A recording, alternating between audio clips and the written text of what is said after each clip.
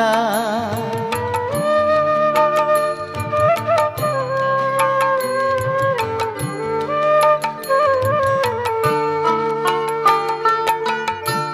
যে ছেলেটি প্রথম তোকে ডেকেছিল পিতা,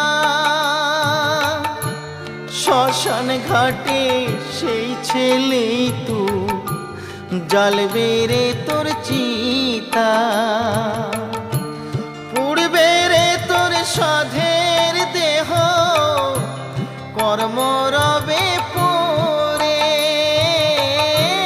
পুড়বে রে তোর সাধের দেহ কর্ম রবে পরে।